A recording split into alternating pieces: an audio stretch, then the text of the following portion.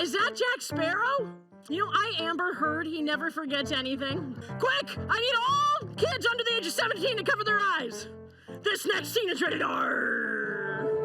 Streaming this week, Thursday.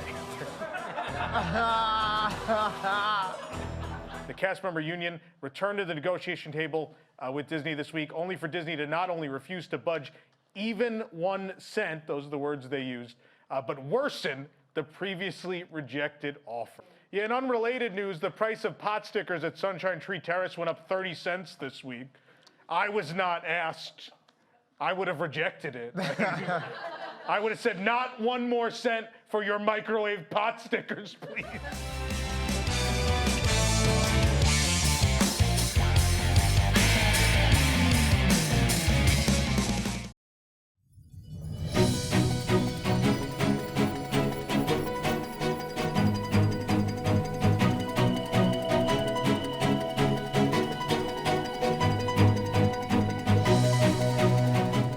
This is News Today with WDW News Today. I'm Tom Corliss of WDWNT.com. Please like this video, subscribe, and hit the notifications bell to make sure you never miss the latest from the Disney theme parks all around the world. Here now is the news for February 17th, 2023.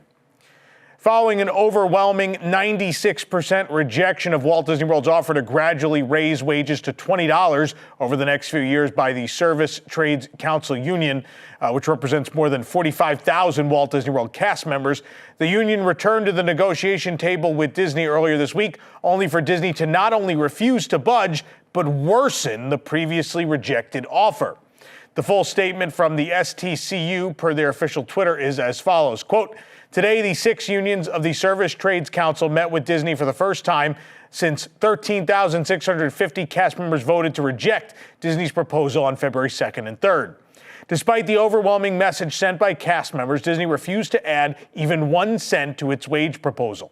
Moreover, Disney's proposal today reduced retroactive pay for thousands of workers, making today's proposal even worse than the offer already rejected.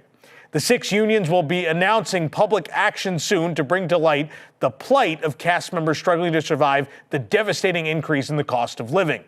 This refusal to budge comes immediately after Universal Orlando Resort announced an increase of their base pay to $17 per hour, with additional raises coming to current team members. Disney's current base pay is $15 an hour. Negotiations over the contract, which expired in October but has remained in force during negotiation, focused primarily on wages, healthcare, and retirement, where Disney offered a pay rise of $1 as their best offer to cast members, with plans to raise wages further $1 per year annually until they reach $20. STCU is asking for $18 per hour now and a plan to eventually raise this to $20 per hour. Cast members later protested in November against Disney's reluctance to raise wages amid inflation concerns and the rise on cost of living in the Orlando area, with signs that read, quote, "Full-time can't buy diapers" and "Full-time can't buy formula," among others. Cast members asking for a larger, more immediate raise also cite financial distress that won't be solved by long-term incremental increases. Basically, they need money now. So then fast forward in our story to Thursday. In response to all this, union leaders reportedly did not return to the table as scheduled. According to a source close to Spectrum News, the Service Trades Council union leaders canceled the planned negotiations on Thursday with Walt Disney World following their refusal to add, again, even 1 cent to their previous wage proposal, which was once again presented. Disney spokesperson Andrea Finger told Spectrum News, quote, "We provided the union with options that would set all non-tipped cast members on a path to $20 an hour and provide opportunities for immediate increases, and we look forward to continuing discussions." All right, you all know, what's about to happen. We're going to stop for a rant because this is gross. This is really gross what's happening. Let's examine this. I cannot count on my 2 hands the number of press events, D23s, whatever, live streams, any of these things that Josh D'Amaro, Jeff Valley, all these people, these executives in the company have appeared on, even Bob Chapek, for that matter, How many of these things I've sat through since the pandemic started, where I have heard them rant and rave about how important cast members are to them and what they mean to the company and how they make everything happen, all these things, I'm paraphrasing, but essentially that the cast members are the magic, right? Which is what we put on the shirt when we were raising $50,000 for cast member pantry when Disney wasn't taking care of them during the pandemic, by the way. So we arrive now at this situation after every time you have a mic in front of one of you, we go on and on about how much of our cast members, we go to the cast service celebrations and we do our little Instagram posts with the ambassadors about how much we love our cast members, how much we care, and how they make the magic and they're the heart of the company and all these things. If you believed those things, this should not be a moment of argument. This should not be a moment of fighting with them, right? Because we know the reality of the living situation in this town, because I have seen it, right? Like now we work, I work in Celebration, I live in Celebration, right? I'm a little removed from it now. But in my younger years, when I first moved here, I saw it firsthand. I lived in a not great apartment complex. I lived in places where I saw things that I wish I hadn't seen. I've seen cast members live how many to an apartment and think like, wow, I live alone in that apartment. It's not easy to make that rent, but man, they must really not be doing well if several of them need to cram in that tiny apartment. Never mind, like all the stories you hear about cast members that live in their car, can't feed their kids, all these, this is a real thing. And I don't want to hear, none of you better go in those comments. I don't want to hear like, they should look for another job, blah, blah, blah, blah, blah. Everybody is not afforded the same opportunities we all are, right? I got extraordinarily lucky to be where I am today. There was a much better chance I would have remained where I was when I moved here making $10 an hour and struggling to make it, right? I got very lucky, very lucky. Not everyone is gonna fall into the luck that you or I fell into, right? People have different life circumstances and these things, and they go to Disney because they work for Disney because they believe in what you and I believe in, and they believe in that philosophy and the place. These are people that came as kids or even older in life and became true believers like you and I are in what the thing is and what it represents. And these people do absolutely make the magic because they care. They show up and they care about the place like we do. And without them, the place ceases to be the place. I don't care how good the rides are. I don't care how good the food is. If the cast members cease to care, the place is no longer good. And we have seen that decline, right? Like there's certainly, and I don't blame cast members, right? Morale at times had to be low because they were treated like garbage, right?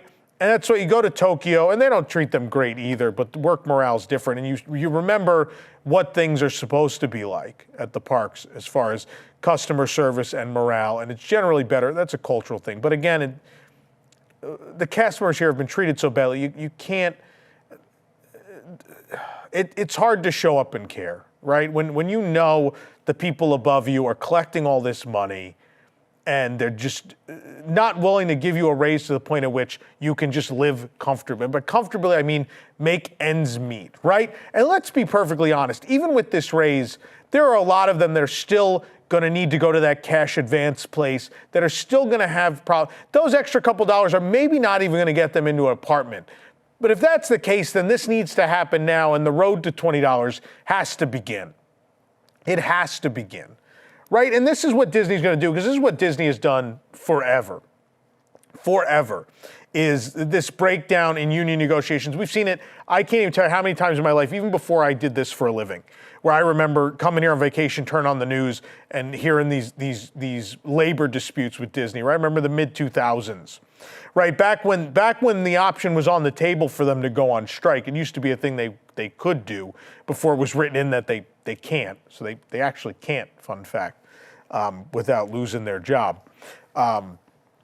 This has always been a thing, and what they do is they cast doubt, right? And don't get me wrong, like the union has made its mistakes over time, and maybe not everyone in the union has everyone's best interest in mind, right? But the union is a protective net for Disney cast members that save them from the evil corporation, right? Because Disney, like, for as much as we love the creative side, and I do, I love the artistry and the creativity, there is a multi-billion-dollar behemoth behind it, and those evils of corporate America exist within this really creative and wonderful company we love.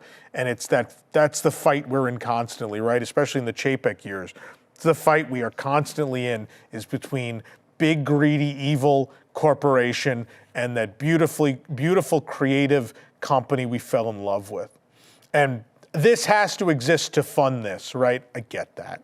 But it's this constant fight, right? And part of that artistry is the customer service too. It's the frontline cast members. It's not just, and when I say frontline, I don't mean the people you necessarily just interact with. I mean the people that are necessary to make Disney World work. I want to clarify that because I know people kind of misconstrued what I said. I could have been clearer a couple weeks ago.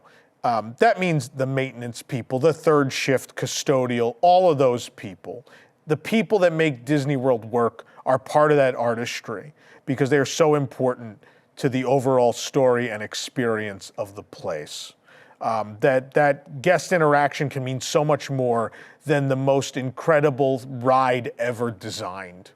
And to treat these people like, and this goes back to the Galactic Starcruiser stuff too, which, mind you, you can go watch that third Galactic Starcruiser review if you want to rant about how they've mistreated those poor people who care so much.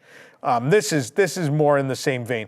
This regime came out, they got rid of Bob Chapek, right? They got that guy out, which was a glorious moment in saving the soul of this organization, right? And we've preached and preached and preached about how things are going to be different, and we're putting the power back in the hands of our creative people, and our cast members are at the heart of everything, and blah, blah, blah. And if this is the way this negotiation is going to go, then all of that is, and you can bleep this, David, if you want, it's bull. That's what it is. That's what it all is. I want to believe in this company. I want to believe, like, don't get me wrong. You got to do what you got to do for the stock price. I get that. But you also have to do what you have to do for the future success of your company, right? If you're willing to sacrifice a bunch of really good people, you're willing to lose a bunch of people who care about that job, and you don't really care what the next group is, because obviously the next group's gonna care less. There's no way they're not, right? Because the next group is gonna know through all of this bad publicity, the way you treated the people that are about to be on their way out because they can't make ends meet and they got to go somewhere else, which, by the way, is not necessarily a good thing, right? They're not necessarily going to make more money. It's just, they feel mistreated and they got to go somewhere else, right? Or, I mean, there are plenty of starting places you can start a job that pay $18 an hour, 17 or more at least, right? Or Universal down the road, right? They're hiring 2,500 new jobs right now, which now guarantee you $17 an hour. I am never the guy, like everyone for the last couple of years goes on and on about this Universal thing where they're like, oh, they're catching up. I do not believe that on the creative side. I go watch my Super Nintendo World review. I will tell you all the things they still do wrong on the creative side and in ride engineering and all of those things. They still make a lot of mistakes. They are not in that realm. They are not in the same league. But as far as taking care of their people, they have defeated Disney, which it hurts my heart to say. They have defeated them. They take such better care of their team members. They give them turkeys at Thanksgiving. This thing where it wasn't even, it's like, oh, they're in the middle of fight. Disney in the middle of fighting them. You know what we should do? Why don't we raise that starting wage to $17? And you know what? If we're going to raise the starting wage to $17, why don't we give raises to the people who have been here longer, right? And putting this raise to $17 is we have 2,500 jobs to fill. You know what? Maybe those Disney people are going to get tired of this union fight for better wages and just come on down the road to here where they know if they start tomorrow, they're going to make more than they've made being several years at Disney, right? It's a smart move. When you need people to fill roles and money is, revenues, profits are on the rise, this is what you do to continue growth, right? And inevitably, as the consumer, we have to pay for it, right? There's no way we are not going to pay for it. But I will tell you this, I am okay paying for it if it means the people in the park that work there love their job again. If those people are taken care of, if I go to the park having that great experience knowing that person's not sleeping in their car, I will give you $6 for a Coca-Cola. If that's really what Disney needs to make this happen? Because I get it. You have shareholders to take care of. You have a stock price to watch. I get it. If that's what it's going to take care of your people, then charge us for it. You know what? It is what it is. But I don't feel right going to the parks and standing there knowing these people are miserable, right? And it absolutely has a guest-facing effect, right? And I've seen it over the last several years, right? And it bothers me, but at the same time, I completely understand where cast members are coming from. I cannot remember before the past several years ever standing in front of a cast member and them talking about their shifts and time off and complaining about their superiors in front of guests. I don't remember that being a thing until the last couple of years. And you know where that comes from? That comes from them feeling mistreated at work. How do you blame them when this is what they go, after going through the Chapek years and then being told, oh, Bob Iger's back, everything's gonna be better, and this is what's waiting on the other side of it? I would do the same thing. I would do the same thing. You know, I love and respect what Walt wanted, but Walt would not be okay with this, right? And I know we want to go down the road, oh, the guy lived 60 years ago, whoa, blah, blah, blah, blah. There are basic philosophies that stand the test of time and taking care of your people and making sure they're happy at their job is one of those things. It's one of those things where, again, when Roy Disney was in charge of the company, his salary was not several hundred times what the lowest ranking people in the company made. It was still bigger, but it was not several hundred times bigger, right? And Bob Iger's taken a cut to come back, but there is a lot of middle and upper management in this company that, you know, and people wonder why I was not upset by the announcement of 7,000 job cuts, because I'm kind of hopeful that a lot of that middle to upper management gets weeded out, because they're eating up money from people that are essential to making these parks work every day, the people that make this thing happen. And look, I am sure there are probably a handful of really good people that care in middle to upper management, and I hope those people stay. But as for the rest of them, I say that it's a necessary bloodletting for the sake of the future of the soul of the place, to have cast members that love their job, who feel compelled to come to work and are motivated to come to work to make that magic for guests, right? Cast members are the magic is not something we threw on a shirt just to raise money for the cast member pantry.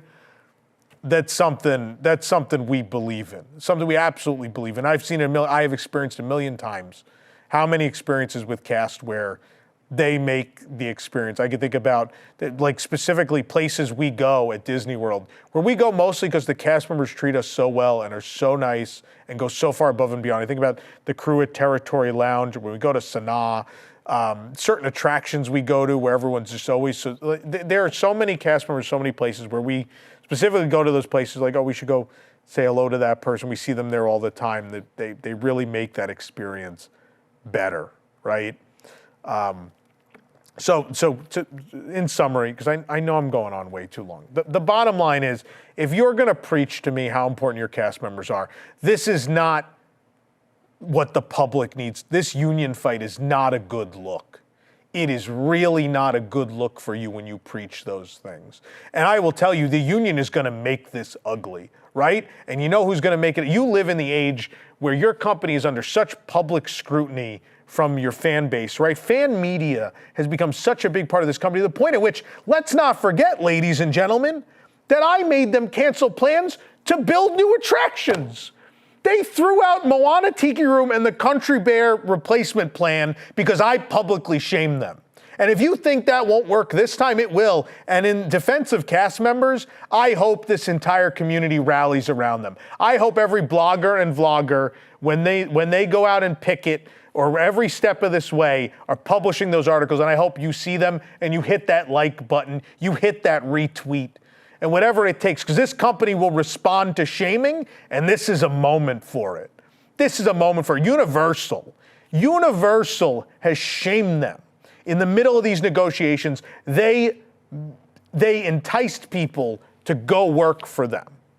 The Universal as a company does not have the reputation, is not as distinguished as the Walt Disney Company.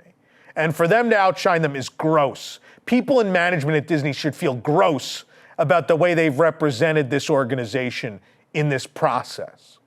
This needs to be remedied. Make this go away. Otherwise, you think the Country Bear thing was bad. This is going to be 15 times worse because it is going to play out on it ain't going to play out on just WDWNT.com. It's going to play out on every single fan site, on every YouTube channel, on every Instagram.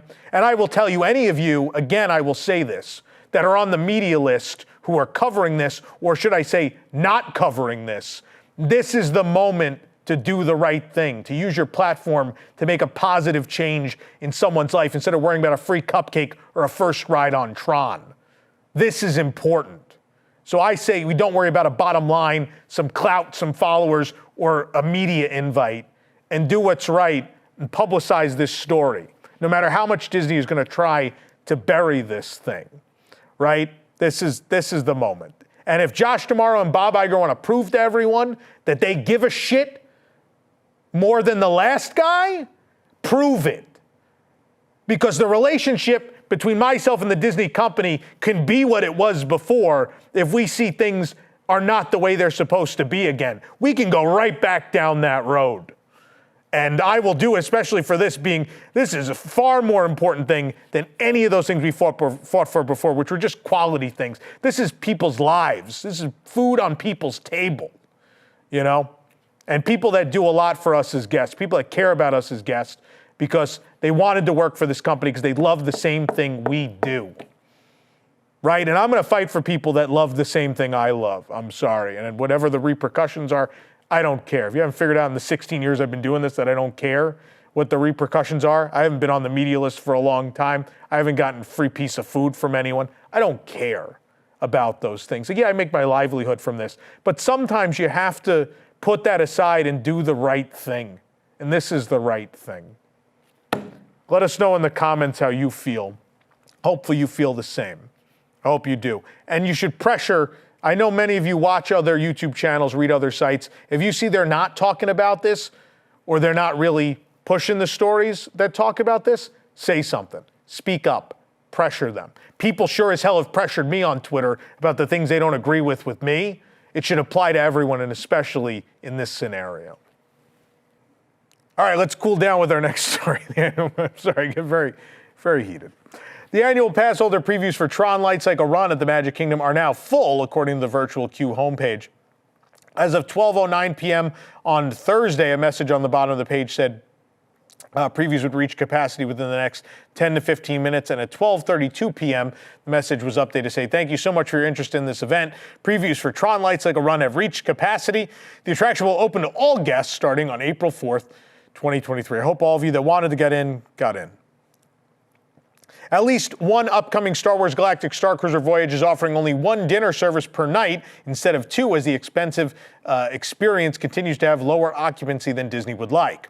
Reported last year that demand for the Starcruiser was down and Disney was giving away more stays for free to media and travel agents. They started offering just one dinner service on some voyages in the fall, as well as cutting cast member hours because some voyages were only 25% full. Disney has even canceled some Starcruiser voyages this year and rescheduled guests on other dates. Guests scheduled for the March 6th through 8th voyage are being told that there will be only one dinner service per night. Guests are usually assigned to one of two services. This could continue for the future voyages as well. As of right now, cast members have been told nothing. They seem to believe this is going to be a semi-permanent thing, but we'll have to wait and see. Despite low occupancy, Disney has not yet budged on the experience's hefty price. There are no discounts being offered at this time. Starcruiser opened back in March of 2022. The experience starts at nearly $5,000 per night and goes from there. For the 3-day, 2-night immersive Star Wars adventure on a fictitious cruise ship, where guests become a part of the conflict between the Resistance and the First Order. It also includes an excursion to Batuu, of course, and so much more. The Halcyon, as it's called in universe, has 100 guest rooms, including 94 standard cabins that sleep up to 5, 4 Galaxy-class suites that sleep up to 4, and 2 Grand Captain suites that sleep up to 8. Again, we just ranted the longest rant maybe in the history of the show. If you want to hear my Starcruiser cast member rant, the 3rd review video is where it's at. Please go check it out. A lot of work and time went into that, and I think you should hear it. This program is brought to you by our official travel agent sponsor, The Vacationeer, the engineers of your next magical vacation. Sit back and let their team of vacation planning experts craft your family's next magical Disney trip. The best part is their services are free. Visit www.nt.travel for details. From more costume options to extra training, the Bibbidi Bobbidi Boutique at Walt Disney World Resort has been striving to get more inclusive for all guests and cast members. Before the experience reopened at the Magic Kingdom last year, the boutique cast members received a new, more gender-neutral title, Fairy Godmother's Apprentices. In a recent Disney Parks blog post, Walt Disney World Communications Manager Daniel Levine wrote about the other ways the Bibbidi Bobbidi Boutique is being more inclusive. One of my favorite things about being a black woman at Disney is how our parks and experiences are in constant state of becoming more inclusive and truly celebrate the diversity of our cast and guests. Sometimes this means honoring a cultural holiday through unique and special offerings. Sometimes it means exploring how we can make each guest feel even more welcome when they visit our parks. Fairy Godmother's Apprentices are receiving extra training on how to style a wide variety of hair textures and types, including hair more common for people of color, which is often left out of cosmetology school programs. Quote, "I've seen my peers grow through the training Disney provides this apprentice," Camellia said of the training. "Their skills have blossomed and they've become more confident." Extra pigmentation has also been added to the makeup palettes at the boutique to ensure all skin colors glow and pop. Adaptive costumes for young guests with various needs and disabilities are also available. These costumes can have stretchier fabric, discreet flap openings for tube access, ankle-length bottoms for those seated in wheelchairs, and Velcro closings that are easier to take off. Quote, "Seeing the delight on the guests' faces when they turn around and see themselves in the mirror is the best experience," Shalise said, another apprentice. "We all have such unique memories and relationship with guests that come back each year after year to visit us. Now we are opening the doors to children to build those magical connections with even more cast members, because when they walk through our doors, parents know they can trust any one of us to deliver unforgettable experience. What we do here isn't just a makeover. We give our guests the ability to believe in make-believe. No matter who they are, where they come from, or what they've gone through, they have the chance to be a knight or a princess." Guests between ages 3 and 12 can be transformed to a princess, knight, or other Disney character through the boutique experience. Prices range from $99.95 to $229.95, depending on the package. The boutique also recently added an Encanto package, which is $179.95. Quick point there. Those are cast members that love their job and make a lot of magic for guests. They're worth the money, especially look how much you're charging for the boutique, right? They're definitely worth the money. But, you know, I knock Disney. This is a great thing, right? Being more inclusive of people of different races, people of different abilities. This is great. This is something Disney always does very well, and it's a great story to hear. If you are a Disney Vacation Club member, you are occasionally finding yourself in a situation where you need a few extra points to book that dream vacation. And in those situations, DVC members are able to access something called one-time use points, or OTUs. They are a simple way to temporarily add points you need to complete a reservation. As of February 16th, those points just got more expensive. DVC members were informed of the change via email. Dear Disney Vacation Club member, we're reaching out with an important member update regarding one-time use vacation points. Effective February 16th, the price of OTU vacation points will increase from $19 per point to $22 per point. This program gives members the opportunity to purchase up to 24 non-deeded vacation points each use year that they may need to complete a reservation for Disney Vacation Club accommodations in the 7-month booking window or Disney Collection and World Collection reservations. For more information about how to use OTU vacation points to complete a booking, visit DisneyVacationClub.com or call member services at 800-800-9800. We look forward to welcoming you home very soon. Sincerely, Disney Vacation Club Management. Sincerely, we're charging you more, sincerely. The Muppets have shared a new video. We need a feel-good story, right? Another one. The Muppets have shared a new video on Twitter of Gonzo and Walter riding Journey into Imagination with Figment at EPCOT. You can watch it at www.nt.com. It is super cute and charming, and Gonzo alludes to his connection with Figment from the past in this, which is very cute. I enjoyed watching this. It's kind of what I needed after all these other stories. Another positive story, Akoya Pearls reopened this week in the Japan Pavilion of EPCOT after a 3-year closure. It has not operated since March of 2020 when the Walt Disney World Resort closed due to the pandemic. The experience can be found inside Mitsukoshi. At this station, there are tanks of water with dozens of oysters at the bottom. The tank is open, but it's not a petting zoo. No touching is allowed. Guests get to pick out their oyster by pointing at it, and the cast members then use tongs to lift it out. The cast member will then open the oyster to reveal the natural pearl inside, which the guest gets to keep. The base experience is $20, including tax. For this, the guest gets the loose pearl. For additional prices, guests can get a gift box, a sand jar, or a necklace. Necklaces start at $15.95 for a 16-inch sterling silver chain and go up to $24.50 for a 24-inch chain. A pendant for the pearl ranges from $21 to $69. A gift box ranges from 95 cents to $4.95, and colored sand jars are $4.95. And of course, the cast members were excited to be back and doing their little show again. It's great to see this. Really great to see it. Chip and Dale are now appearing in their Rescue Rangers outfits for a permanent meet and greet at Disney's Hollywood Studios. The Rescue Rangers can be found in the outdoor covered section of the Adventure Outpost. That used to be the Indiana Jones gift shop. You'll find the queue for their meet and greet around the corner from the main entrance. They previously appeared outside the shop during Disney Plus Day. That was a one-time offering. Now this is a permanent everyday offering, including a photo pass photographer is available. Chip, of course, wears his brown bomber jacket and fedora, looking like Indiana Jones, while Dale wears a red and yellow Hawaiian shirt. They're standing in front of a green mesh backdrop. The backdrop could be a little better, but I'm just happy they're back. Again, the meet and greet is permanent. There's no scheduled end date. This is super cool. Loved the Disney World of my childhood getting a second run. It's nice.